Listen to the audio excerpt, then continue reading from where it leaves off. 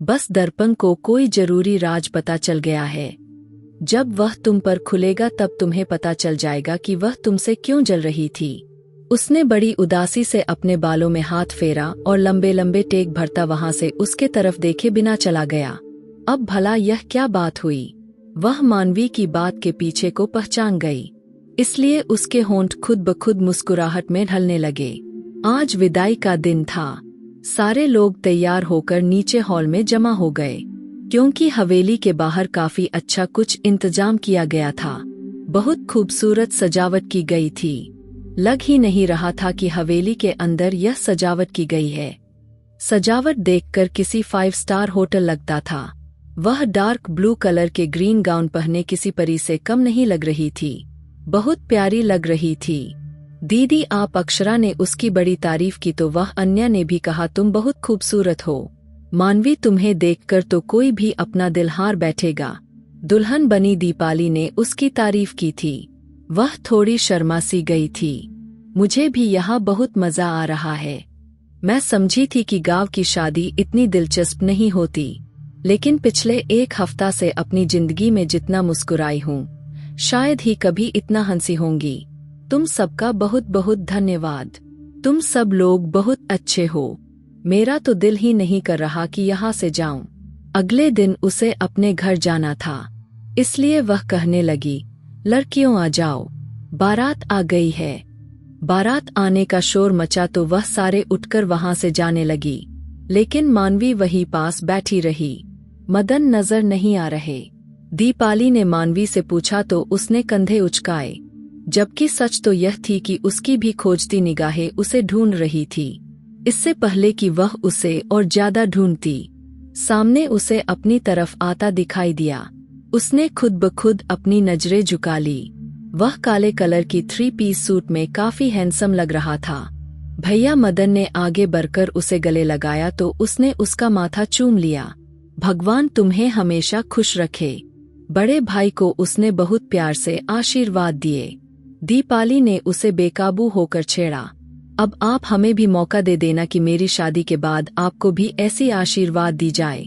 उसने मानवी के सामने मदन को कहा तो उसका दिल एकदम से जोर से धड़का और वह अपना दिल पकड़ कर रह गई। हाँ बिल्कुल ऐसा मुमकिन है। अगर कोई दिल से राजी हो जाए तो मदन ने छुपती नजरों में मालवी की तरफ देखकर कहा तो उसे ठंडे पसीने आने लगे। मैं जरा अक्षरा को देखूं पता नहीं कहाँ रह गई है। इससे पहले कि मदन उसे अपनी नजरों के रास्ते में दिल में उतारता वहां से खड़ी हो गई और अक्षरा की तलाश में नजरें दौड़ाने लगी। वहां से हटने का बहुत अच्छा रास्ता चुना है। उसके बराबर में आकर खड़ा हो गया और धीरे से उसके कान में कहा, क्या मतलब है? अनजान मत बनो। तुम अच्छी तरह से समझ गई हो। मुझे जवाब चाहिए। वैसे भी कल तुमने चले जाना है। तुम्हारे पास वक्त कम है। मदन ने एकदम से उसे हैरान कर दिया। वह जल्दी से नजरें झुका गई। मदन आओ ना चलो बारात के पास। तुम क्यों इतनी बोरिंग हो गए हो? हर चीज से अलग अलग रहने लगे हो। दर्पण ने उसका हाथ पकड़कर उसे खींचते हुए बारात की तरफ जाने का इशारा किया, तो वह जाते जाते पलटकर मानवी को देखकर थोड़ा सा मुस्कुराया। अब चलो भी। दर्पण ने उसे खींचकर मानवी की नजर से हटाया तो एकदम से मानवी को ऐसा लगा जैसे यहाँ सब कुछ धुंधला हो गया हो। यह मुझे क्या हो रहा है? मेरा दिल क्यों इतना उदास हो रहा है? मदन पास होते हैं तो ऐसा लगता है जैसे पूरी दुनिया रंगीन हो गई हो और वह दूर चले जाते हैं तो ऐसा लगता है कि जैसे हर तरफ अंधेरा छा गया है। यह सब कुछ क्या हो रहा है? क्या यह मोहब्बत तो नहीं? वे वहीं पास रखे कुर्सी पर बैठकर उदासी से सोचने लगी, नहीं यह मेरी मंजिल नहीं है। मुझे यहाँ नहीं रहना है। तो फिर मैं यहाँ दिल क्यों लगाऊं? एक झटके से वह खड़ी हुई और उसने अपने दिल को समझा लिया, लेकिन दिल कहाँ मानता है। वह तो जिद्दी है, अड़ जाता है तो फिर संभालना बड़ा मुश्किल हो जाता है। शादी के हंगामों में रात बीत गई। दीपाली की विदाई हो गई। वह अपने घर को चली गई और सारे लोग थके हारे अपने कमरों में जाकर आराम करने लगे। सिर्फ 2 लोग ऐसे थे जिनकी आंखों से नींद कोसों दूर थी। उनमें से एक मानवी थी और जो बार बार बिस्तर पर अब करवटें बदल रही थी। दूसरा मदन था जो मानवी के कमरे के बिल्कुल सामने वाले कमरे में खिड़की पर खड़ा उसके बंद खिड़की को देखकर कुछ सोचने लगा। उसे 2 दिन पहले ही अपनी माँ की बात याद आई। जब उसकी माँ ने उसे बुलाकर उसके सामने यह बात कही तो पहले तो वह खूब हैरान हुआ, फिर अब गंभीरता से उनकी बातों के बारे में सोचने लगा था। बेटा, दीपाली तुम्हारी बड़ी बहन है, उसकी शादी है, उसके बाद फिलहाल तुम्हारी शादी करनी है। तुम्हारे सामने 2 लड़कियां हैं, एक मानवी है जो तुम्हारे विदेश में रह रही मेरी सहेली की बेटी मानवी, और दूसरी दर्पण है जो पड़ोसन की लड़की है। उसके माता पिता चाहते हैं तुम्हारी शादी दर्पण से हो। अब 2 लड़कियां तुम्हारे सामने हैं, तुम्हें इन दोनों में से किसी एक का चुनाव करना है। अब फैसला तुम्हारा है। दीपाली की शादी के बाद मैं तुमसे जवाब चाहूंगी। तुम्हें जो पसंद हो मुझे बता देना, मैं उसी से तुम्हारा रिश्ता तय कर दूंगी। अगर तुम्हें कोई और भी पसंद है तो भी बता सकते हो, और इस बात को भी फिलहाल खुद तक ही रखना। लेकिन हाँ, शादी के बाद मुझे जवाब जरूर चाहिए। अगर तुमने मुझे जवाब ना दिया तो फिर मैं वही करूंगी जो मेरा दिल चाहेगा। मदन को एकदम से अपनी माँ की याद आई तो वह कुछ मुस्कुरा दिया। शादी से पहले तो मुझे नहीं पता था कभी किसी से इतनी मोहब्बत कर पाऊंगा, लेकिन अब मुझे ऐसा लगता है कि जैसे उसके बगैर मुझे सांस भी नहीं आ रहा। भला इतने दिनों में यह मुझे क्या हो गया है। खुद से बात करते हुए वहां से खड़ा हो गया। वह चांद को देखकर कह रहा था। उसे लगा कोई उसके बराबर में आकर खड़ा हो गया है। क्या देख रहे हो मदन भाई, तुम्हारा चांद तो सामने मौजूद कमरे में सो रहा है। अब भला कौन से चांद से बात कर रहे हैं। हरी ने एकदम से अपनी एंट्री मारी तो मदन की मुस्कुराहट सिमट गई। क्या मतलब, क्या कहना चाहते हो। अपने सीने पर बाजू लपेटकर उसे घूरा। आप पहले तो इस तरह गुस्से से मुझे घूरना बंद कर दो। मुझे तो लगा था कि आप दीपाली दीदी के विदाई की याद में देर रात तक जाग रहे हैं। बड़ी बहन जो थी विदाई हो गई तो उसकी याद आ रही है, लेकिन यहाँ तो समस्या कुछ और ही नजर आ रही है। वह उसे छेड़ता मुस्कुराते हुए उसने मदन की तरफ देखा तो उसका कान पकड़कर खींचने लगा। खबरदार, किसी को कुछ भी कहा तो वरना मुझसे बुरा कोई नहीं होगा, समझे तुम। ओके मेरा गुस्सैल भाई, लेकिन वैसे क्या हुआ है। हरी ने मासूमियत के रिकॉर्ड तोड़ते हुए उसे देखा तो मदन का माथा टनका था।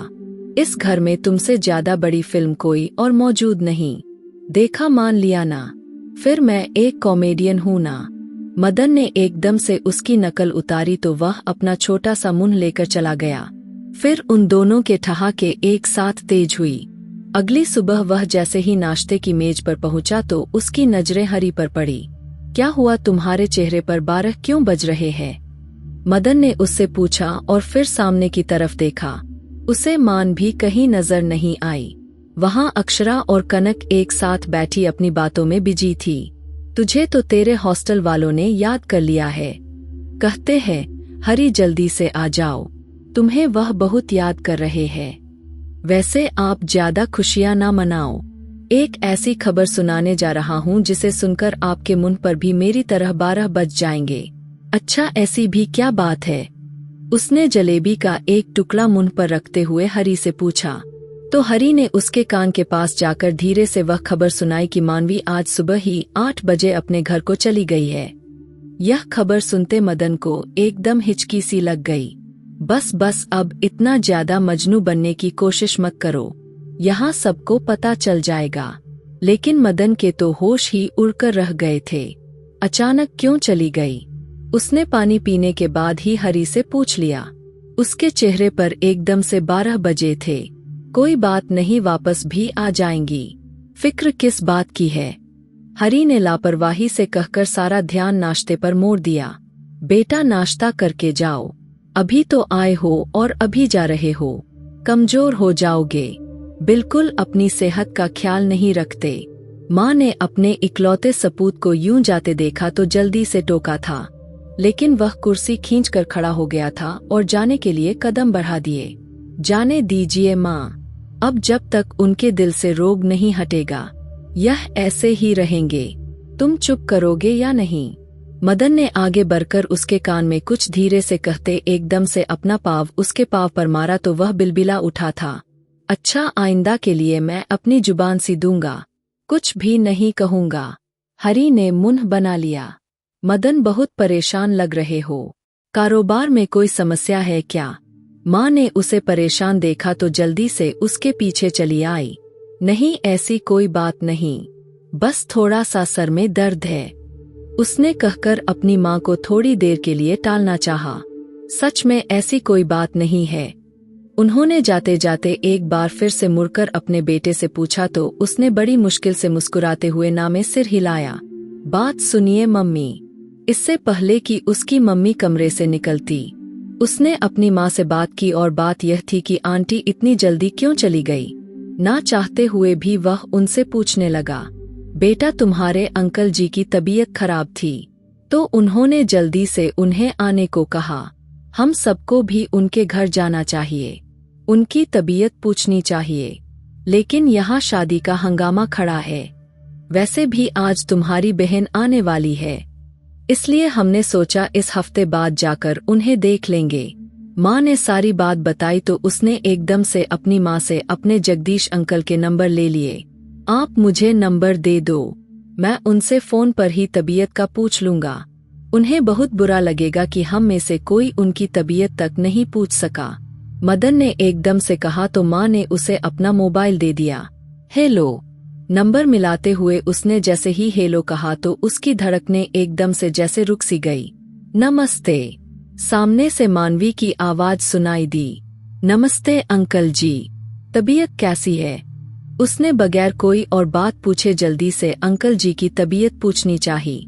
इस वक्त सो रहे हैं, उनका मोबाइल मेरे पास ही है, उसने उदास शब्दों में उससे कहा और फिर काफी देर तक उन दोनों के बीच चुप्पी छाई रही।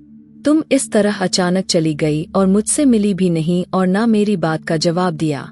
मानवी ने अब तक फोन नहीं काटा था। उसने ना चाहते हुए भी उससे शिकायत कर डाला था। आपने जो भी कहा उस सवाल के जवाब मेरे पास नहीं है।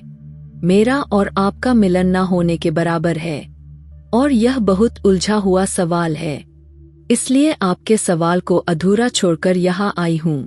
कहते के साथ ही उसने नम आवाज के साथ फोन बंद कर दिया और मदन काफी देर तक हैरानी से अपने हाथ में थामे उस फोन को देखता रह गया।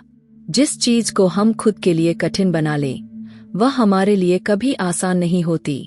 शायद तुम्हारी नीयत में खोट है मानवी, तभी तुम मुझे अपनी जिंदगी में शामिल नहीं करना चाहती हो।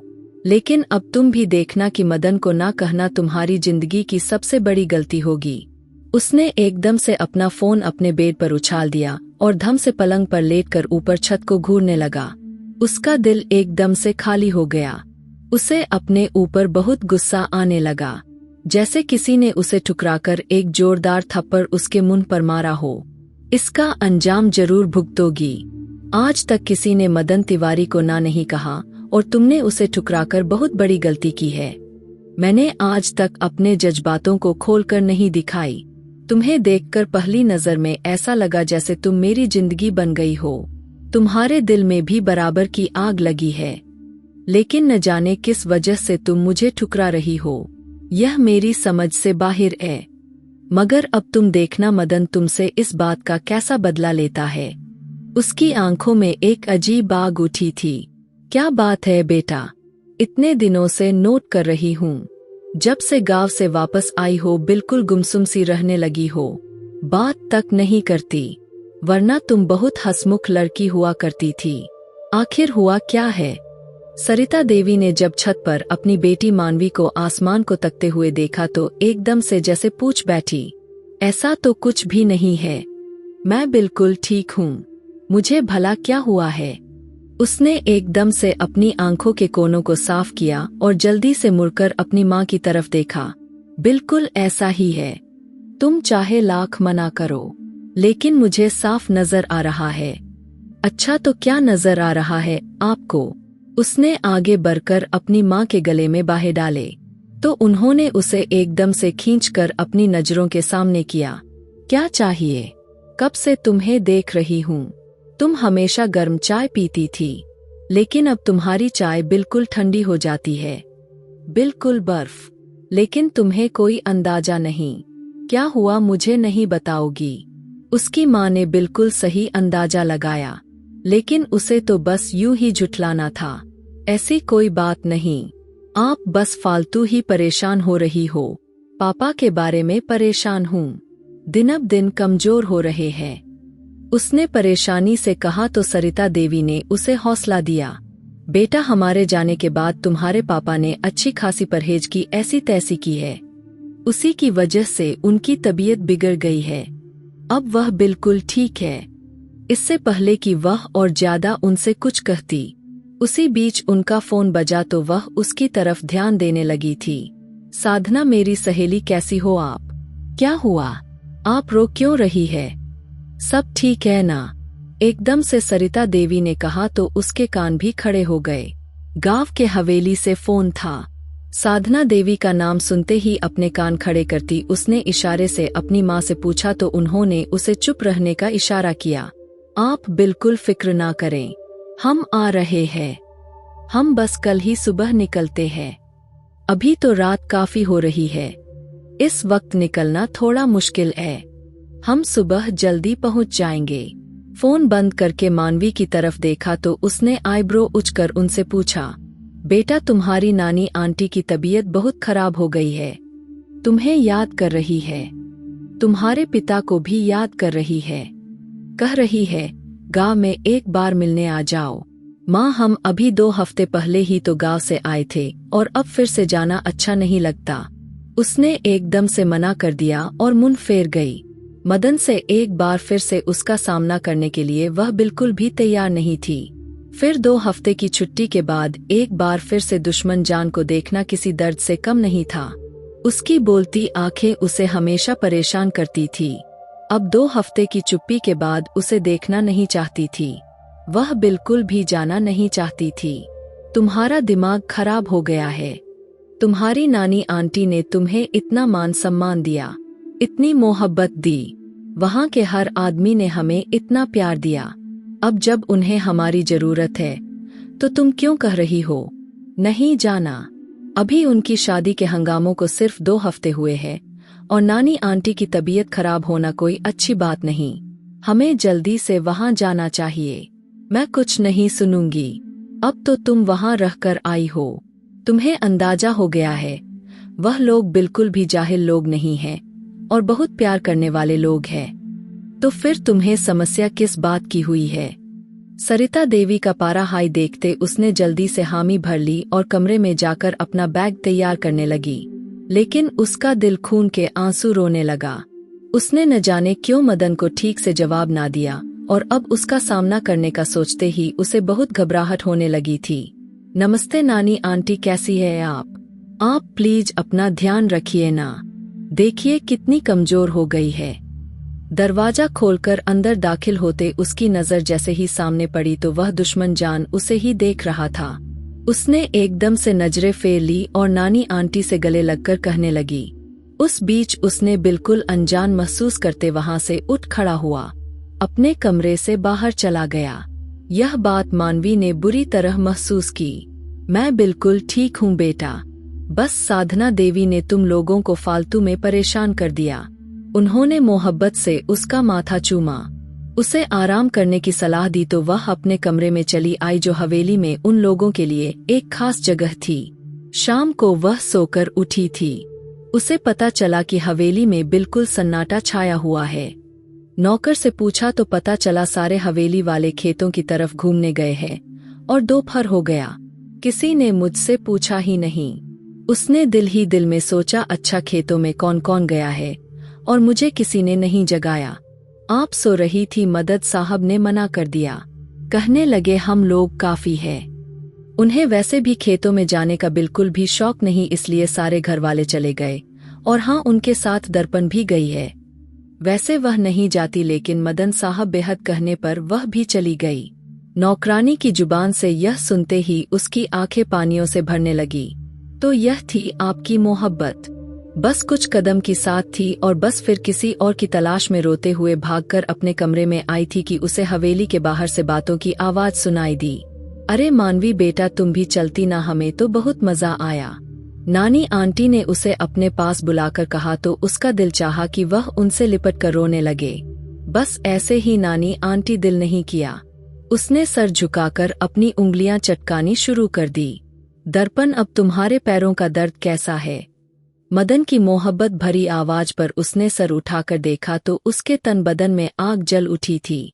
ठीक है, तुमने जो दवाई दी थी उस वक्त खेतों में तो आराम सा आ गया। दर्पण ने मुस्कुराती हुई मानवी पर एक नजर डाली और दूसरी नजर मदन पर डालकर मुस्कुरा दी। वैसे आंटी आप आई है तो एक और काम निपटाती जाना, बल्कि आपको आना ही है। मदन ने दिलचस्पी से मालवी को अपनी नजरों के घेरे में लेते हुए अपनी कमर सोफे पर टिकाते कहा और एक अदा से बालों में हाथ फेरता बोला, क्या मतलब बेटा, कौन सा काम निपटाना बाकी रह गया? सरिता देवी ने बड़ी दिलचस्पी से उससे पूछा। अरे आंटी, बहुत बड़ा सरप्राइज है। दीपाली के देवर की शादी है और हम सभी उस शादी में इनवाइटेड है। कल शाम को आपको भी दावत दे रहे हैं। और कनखियों से मानवी की तरफ देखा, जिसके चेहरे का रंग एकदम से उड़ गया था। मदन की मंगनी है, उसके मुंह से इतना ही निकल पाया था। जी बिल्कुल, कल शाम को वह मेरे नाम लिख दी जाएगी। तुम तो रुकोगी नहीं, तुम आज चली जाओगी। मदन ने उसकी आंखों में झांकते हुए उसे कहा तो उसका मुंह देखने लगी। अरे बेटा, उसे क्या पूछते हो? यह तो मेरी सहेली की लड़की है, वह जरूर आएगी। क्यों नहीं आएगी? मेरे साथ ही आएगी। घर तो हम 3-4 दिन के बाद जाएंगे। तुम्हारी मंगनी बहुत जरूरी है, इससे बढ़कर और ज्यादा कोई खुशी नहीं। तुम्हारे जगदीश अंकल भी आ रहे हैं तुम्हारी मंगनी में। सरिता देवी ने उसे कहा तो वह मुस्कुरा दिया। मानवी भी उसे देखकर रह गई। उसका दिल जोर जोर से धड़कने लगा, आंखें आंसुओं से भरने लगी, लेकिन वह किसी के सामने खुद को कमजोर साबित नहीं करना चाहती थी। इसलिए एक झटके से खड़ी हुई, दौड़कर कमरे की तरफ गई, दरवाजा बंद किया, एकदम से पलंग पर बैठकर जोर जोर से रोने लगी।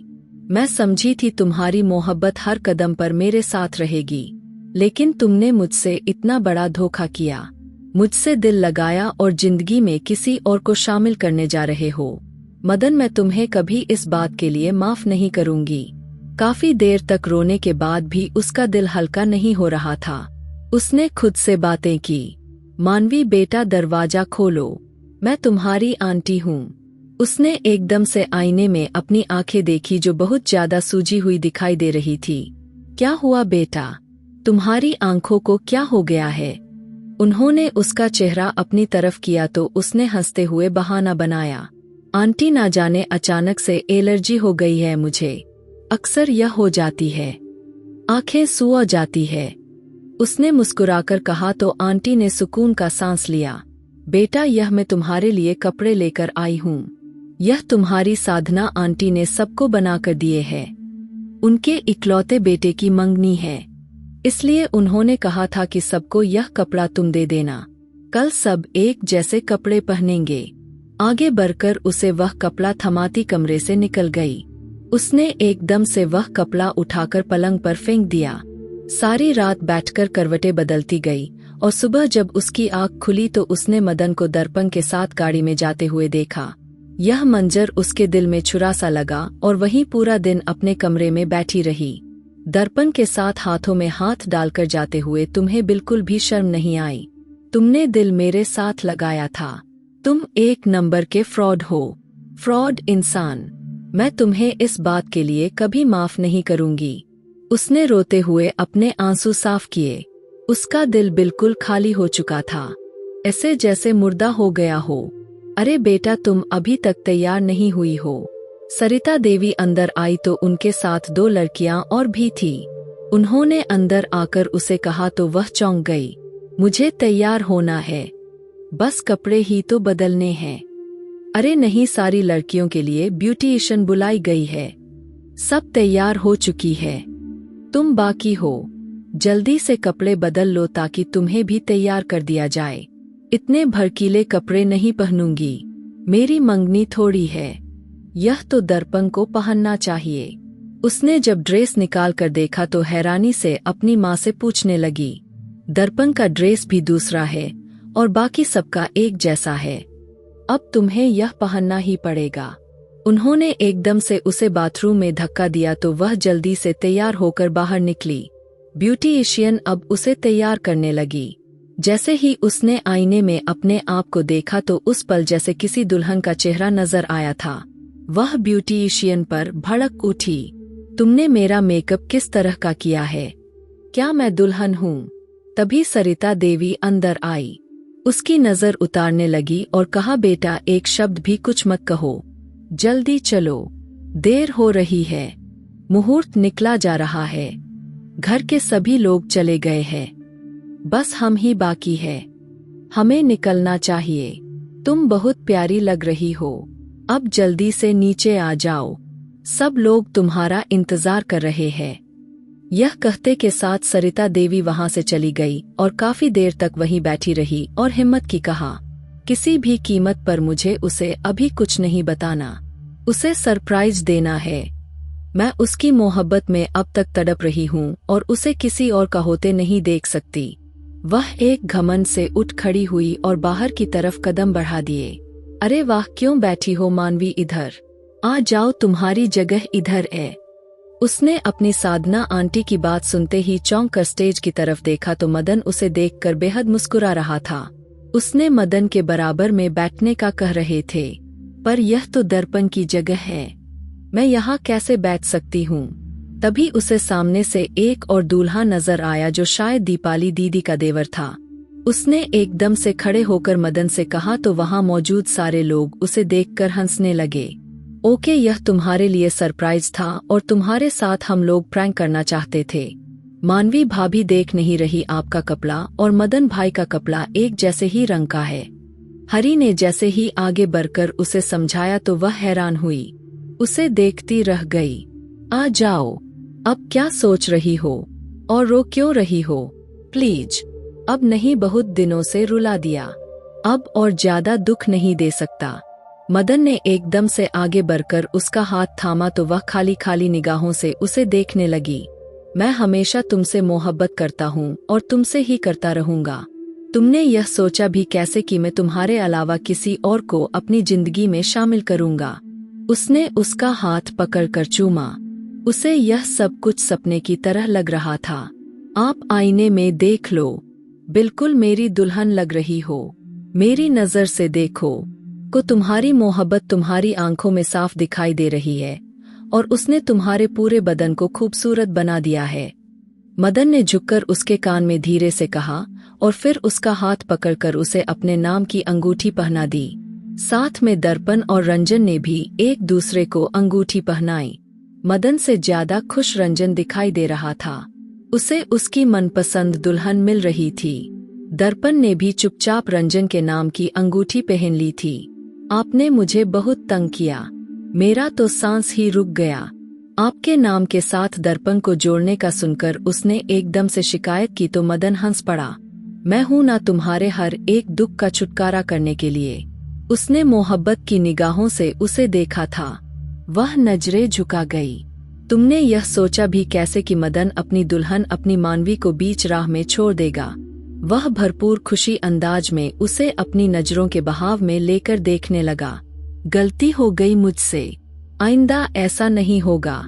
मानवी ने एकदम से कान पकड़े तो मदन के चेहरे पर मुस्कुराहट बिखर गई। उसने मानवी का हाथ थामे अपने हाथों में थामकर अपनी मोहब्बत की पहली सबूत दी थी। वह दोनों उस वक्त बेहद खुश दिखाई दे रहे थे। थोड़ी देर बाद ही एक और धमाका हुआ।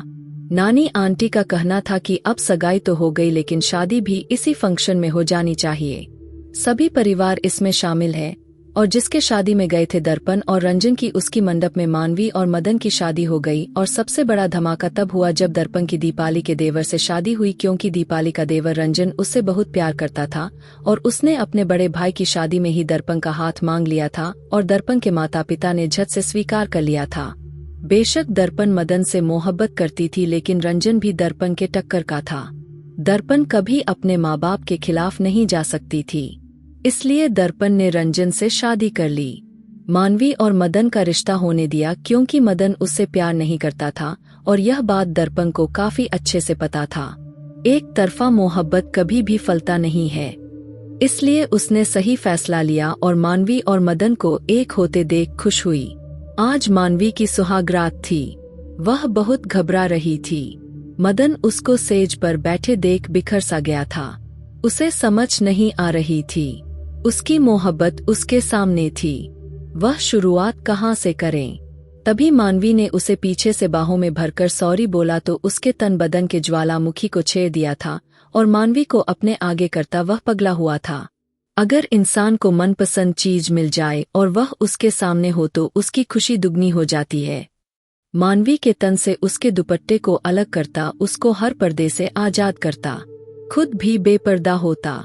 दोनों अपनी मोहब्बत के छाव में खो गए। सिर्फ कमरे में मानवी की सिसकियां और आहें गूंज रही थी। रात भर वह इसके समंदर में गोते लगाते रहे। ना तो मानवी सोई ना मदन सो पाया था। सुबह जब साधना देवी दरवाजा खटखटाया तो हड़बड़ाकर उठ बैठे। बिन कपड़ों के मदन ने अंदर से ही आवाज दी, माँ थोड़ी देर दे दो, मैं फ्रेश होकर बाहर आता हूँ। मानवी को सोता ही बाथरूम में उठाकर ले गया। दोनों जल्दी से नहाकर बाहर जाना चाहते थे। मानवी बिन कपड़ों के बाथरूम के शीशे में देखकर खुद को शर्मा गई, लेकिन मदन तो ऐसे मद्दोश हुआ।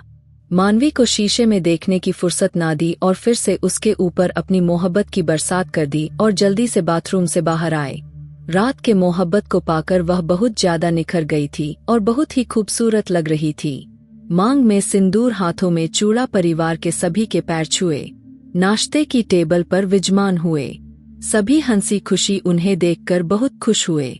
2 दिन के बाद दर्पण अपने पति के साथ मायके आई तो मानवी ने उसके सुहागरात के बारे में उससे बात की तो वह मुस्कुराहट और सारी कहानी खोल कर रख दी।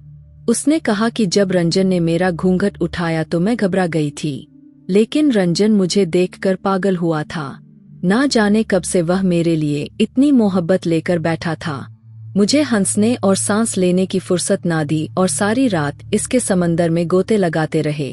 उसने मेरा घूंघट उठाते ही मेरे तन से सारे कपड़े एक एक करके अलग करता गया।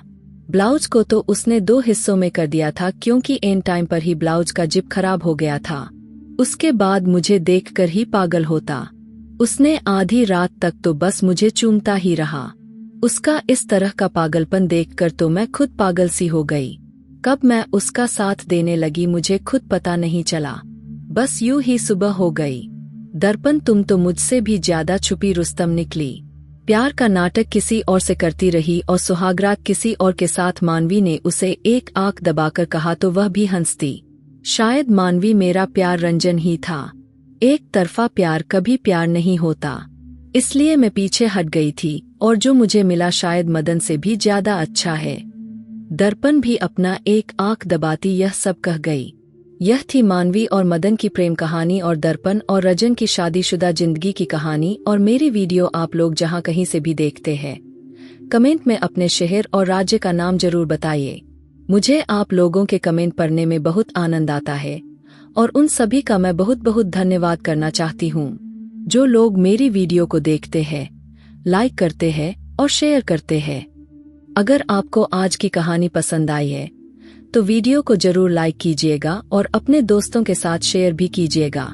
और हाँ, अगर आपने अभी तक हमारे चैनल को सब्सक्राइब नहीं किया है तो जरूर सब्सक्राइब कर लीजिए। मिलते हैं हम अपनी कल की एक और नई दिलचस्प कहानी के साथ। मुझ पर सदा अपना प्यार और स्नेह बनाए रखें। सभी को मेरा प्यार भरा नमस्कार दोस्तों। खुश रहें, स्वस्थ रहें, मस्त रहें।